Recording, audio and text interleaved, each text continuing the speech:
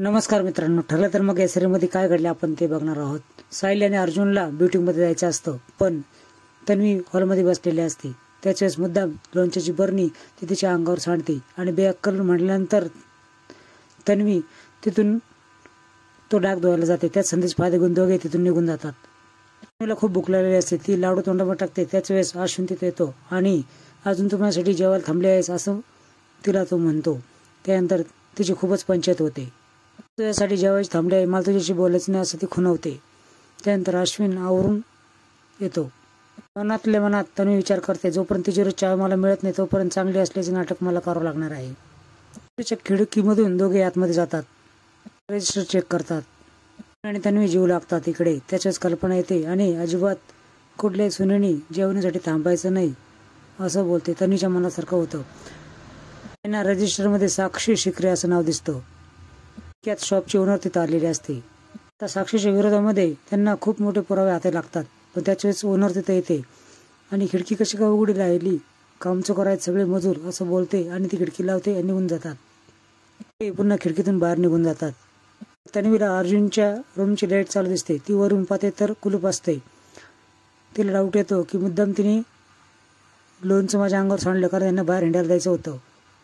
अर्जुन साहिलला बोलतो, खुनाच्या रात्री साक्षी तिथं होती आणि तिच्यातून ते कार्ड पडलं, हे सिद्ध आपण करू शकतो. एकदा का मधुभाऊ सुटले तर प्रियाचा खरा चेहरा सगळ्यांसमोर येईल असं साहिली बोलते. इकडे तन्वीने सारे सुभेदार जागून गोळ्या केलेले असतात. सायली विरुद्ध कारस्थान. त्याच्या वेळेस अश्विन विचारते, तू एवढं रात्रीवर कशाला गेली होतीस? तन्वी सारव करते. भरल्या घरामध्ये कुणी घराला कुलूप लावतं का? ही काय जेल आहे का असं तन्वी बोलते. सायलीचंच कारस्थान असणार आहे अशी कल्पना बोलते. नवीन लग्न आपलं झालंय आणि हेच नव्या नवरीसारखे फिरत असतात. अर्जुन आणि सायली येतात. या धर्मशाळेत तुमचं स्वागत आहे असं पूर्णाजी बोलते. कल्पना बोलते, होळीच्या दिवशी देखील तुम्ही असंच केलं, आजही तसंच केलं. सायली बोलते, तुम्ही झोपला होतात म्हणून नाही उठवलं. त्याच वेळेस बोलतो की तुम्ही आम्हाला कधी आपलं मानतात आणि कधी नाही मानत हे आम्हाला काही कळतच नाही. असं आम्ही तुमचे कोणीच नसतो आणि रात्री तुम्ही हक्क दाखवता हे आम्हाला काही कळतच नाही असं अर्जुन बोलतो.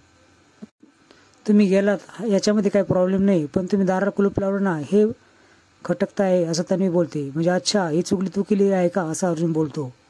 बोलते, इतक्या वर्षामध्ये तुझ्या रूमला कधीच कुलूप नव्हतं, आता हे कसं काय घडलं असं कल्पना पुन्हा बोलते. त्याच प्रश्नामध्ये तुझं उत्तर आहे असं कल्पनाला अर्जुन बोलतो आणि तन्वीकडे बघतो. विश्वास नाही अशी कोणती व्यक्ती आली आहे या घरामध्ये ते सांग बरं असं तो कल्पनाला विचारतो. कसं आहे पूर्णाजी, काही लोकांना दुसऱ्याच्या रूममध्ये जाऊन उचकापाचक करायची खूप घाण सवय असते असं अर्जुन बोलतो. असताना कोणी कॉन्ट्रॅक्ट पेपरचे कागद चोरले होते, पाठ उचकलं होतं, त्याचं वातावरण तेव्हाच बिघडलं होतं. त्याच काही माणसांना रूमपासून दूर ठेवण्यासाठी आम्ही कुलूप लावलं असं स्पष्टीकरण अर्जुन देतो. सगळे आरोप तन्वीवर पलटत असतात म्हणून अश्विनमध्ये पडतो आणि दोघांमध्ये वाद होतात. मी तुझे उपकार कसे मानू, कारण तुझ्यामुळे माझे माणसं जे दुरावले आहेत ते माझ्यापर्यंत पुन्हा येत आहेत हे मला कळतंय. तिचे ते आभार मानते. मित्रांनो, पुढील मागामध्ये तुम्ही बघणार आहात की सायली किचनमध्ये काम करत असते. त्याच्याच तन्वी येते आणि तिला हात धरून बाहेर काढते. चल निघित असून बोलते.